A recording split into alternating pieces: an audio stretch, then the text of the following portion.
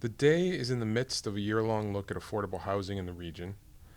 What specifically do you think the legislature should do to help people who can't afford to buy a home or are struggling to rent an apartment?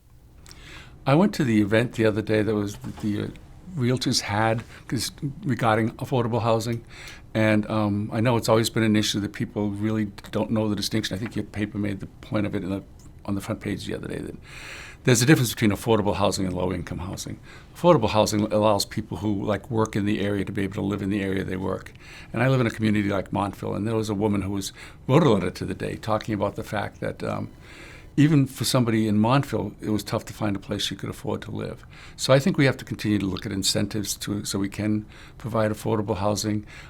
People would like the law changed, but I don't think we're at a point to do that. I think it's kind of fair and even, and so that people, like I said, can live where they work. And it's important for especially young families because as we're seeing, it's becoming more and more difficult for them to save up to get a down payment on a home. And Chief offered some real good programs the other day that would help people be able to get into their first home with some mortgage programs that they had. So we've taken the steps. I think we still have to watch it and continue to probably make more steps because there are certain regions of the state that really this is a major issue. You mentioned incentives. Are we talking about, and you mentioned also down payments. Are you talking about financial incentives? Right. They had an incentive that if you got a down payment and over 10 years, what you owed got, I think, reduced by 10% as long as you stayed in the house during that entire period of time. So that about 10% of your loan would have been forgiven. And that was what they were doing was providing a down payment loan. So for people who couldn't afford a down payment, they could, which is, I think, a little atypical because most banks, I think, want you to have the money for a down payment to demonstrate that you can pay off a mortgage. So this would enable people who can't save that amount of money to be able to at least borrow that initial money to get the down payment and then continue payments with the mortgage and own a home.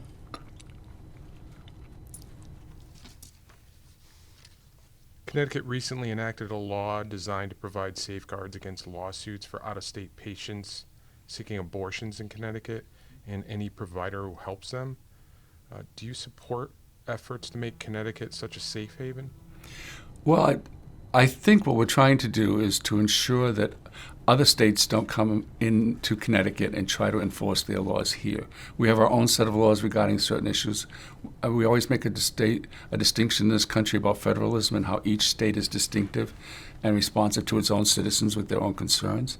So while somebody might have a certain set of values in Texas, those values shouldn't be imposed on Connecticut. So, I mean, this was to cover one issue, but I think it really does cover a broad range of issues that we don't want another state coming in and trying to convict, arrest, punish people, sue people in this state for a law they might have broken in another state. Because if we kind of did that in a reciprocal fashion, I think we'd have a lot of real issues. So I think it helps to maintain federalism by having that law on the books. That translates into support for being a safe haven, is what you're telling me. I don't know if the term safe haven is correct. I think it's just protecting the citizens here who have made a decision on how they feel about that particular issue. In my mind, safe haven kind of conjures up something else, to be honest with you. The state's surplus has grown to over $4 billion. Do you support the decision to use some of that to lower the state's pension debt, or do you think more should be returned to the taxpayer? Well, pension debt is a responsibility of the taxpayers, and I think we've seen over the years that it would probably benefit the taxpayer in the long run by having lower taxes when we have to make payments into the pension fund, excuse me. So if we start paying it off more now, I think in the long run that'll save taxpayers money. So I think it's a big benefit. It's always been a big concern that's kind of it's one people's big criticisms about the state is that we do have such a large pension debt, and I think any effort to reduce that would be good, and I think it does, in the long run, come back to benefit the taxpayers. I mean, is there room to spread around the wealth a little bit, or should that be targeted toward the pension debt? That's an awful big surplus that we have. And we also have an awful big debt that, I mean, this only takes care of a little part of it. So I think, again, like I said, I think it's going to be beneficial to taxpayers. I think we have taken some of that. Plus, the fact of the matter is everybody's worried about what the economy is going to be in the future. I've been there when we've gone through some real downturns, and I know that having the rainy day fund to help us through times like that will be beneficial to everybody. So the state can continue to provide the services that people require in the state.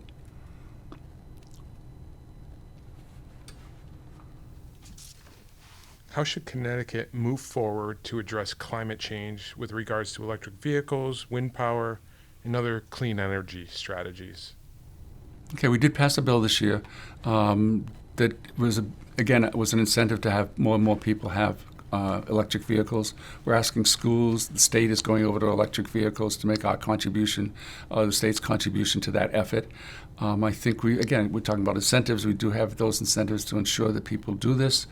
Climate change is a big concern, and any way we can should address it should happen, because it's going to have, again, a really deleterious effect in the future, and we have to start those efforts now, because we're already suffering from the long-term damages that have occurred from our predecessors. Can we do more? I mean, we're looking at a project right down here with the wind project. I know there's another one in Bridgeport. Do you think the state should be investing more in wind or solar? Or All right, and I'm head of the Nuclear Energy Advisory Council, and we're looking at that. That's suddenly come back as a major force for having, having a reduction in fossil fuel use. So I think that's going to be a benefit. That we also passed a bill that allows some more building, and there's been an initiative to have small mini nuclear power plants be built in certain regions, and we could do that at like Millstone to increase the amount of power that could come from that facility to benefit the people of the state. So I think there's a lot of, and of course wind power is a big issue. We should look a little bit more at hydropower, because we have some resources in the state that do that. There's a small hydropower plant in Norwich, and any of those things that can contribute to generating power without damaging the climate would be good. Do you think the 2020 election was conducted fairly and Joe Biden won? And do you support early voting and voting by mail initiatives? Again, yeah, I think the 2020 election was fairly done.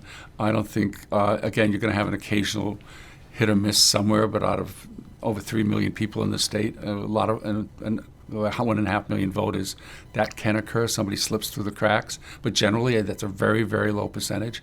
I mean, I think in this state, as in many states, our problem is not having people who shouldn't vote, but having people who should vote.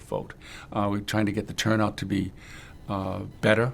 We always have, when you look at the scope of everything, relatively low turnout. So that's why I think the initiatives you described are good, because it will help get more voters to vote with early voting and absentee voting. And I've supported in both the bills in the House, and I will continue to support them, just so it make it easier for folks to vote.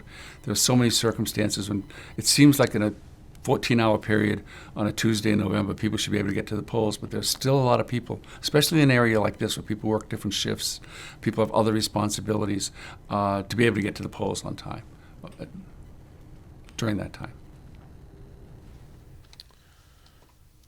About 58% of education funding comes from local property taxes. Most of the other portion comes from state taxes. It leaves at least the higher mill rates, especially in less affluent towns and cities with lower property values. My question is there a better way? And would you look at, or would you push for any property tax reforms? Well, this year we did give about $70 million more to towns to help with that particular issue. I think as long as I've been in the legislature, we've been trying to look at better ways of addressing this. We also came back to the issue with mill rates for automobiles and trying to have some kind of equity in what folks pay in the way of taxes in different cities across the state, because as you've heard multiple times, that the same car in two different communities is going to pay a different tax rate. So we've at least put a cap on that. It's benefited, I believe, Norwich, and I think other municipalities and areas. So that's a start at that. So it's an issue we continue to look at. We continue to try to provide more state funding for education from the states, so that it can give some relief to towns in these particular regards. Plus, we're one of the only few states that we do bonding for school construction. A lot of states don't do that. We do that. People can apply and get fund from the state to do the work that they need on their schools and to build new schools.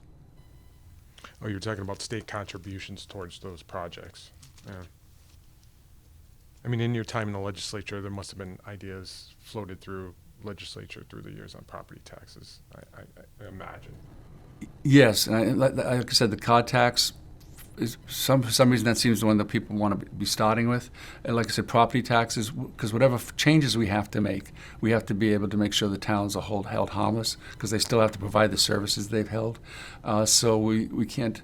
I mean, there was one suggestion that we eliminate the car tax entirely and have the state reimburse the towns, and I think that's still something that's on the table. Looking at that issue to see if we, rather than just having a cap, just getting rid of it, so that people don't have to pay property taxes on their cars. But again, the towns have to be held harmless. We have to find the money to be able to give that funding to the towns so they don't have a loss. I just have one other question. I mean, are there any issues in your district that aren't getting the kind of attention that you think they should be?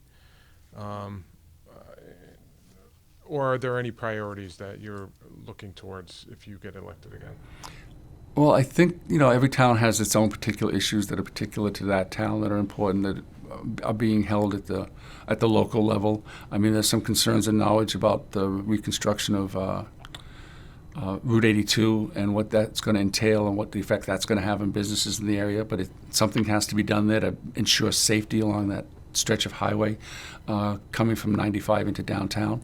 In Ledyard, there's the issue of changes at Dow Chemical that is going to have a waste processing plant, and that's a big concern in that community. But then the general issues that I've have worked with over the years is, again, jobs and making sure that the economy is sustainable, making sure that we can find folks to fill the jobs that are empty so that we don't have a big issue with employment, making sure everybody who can work does work.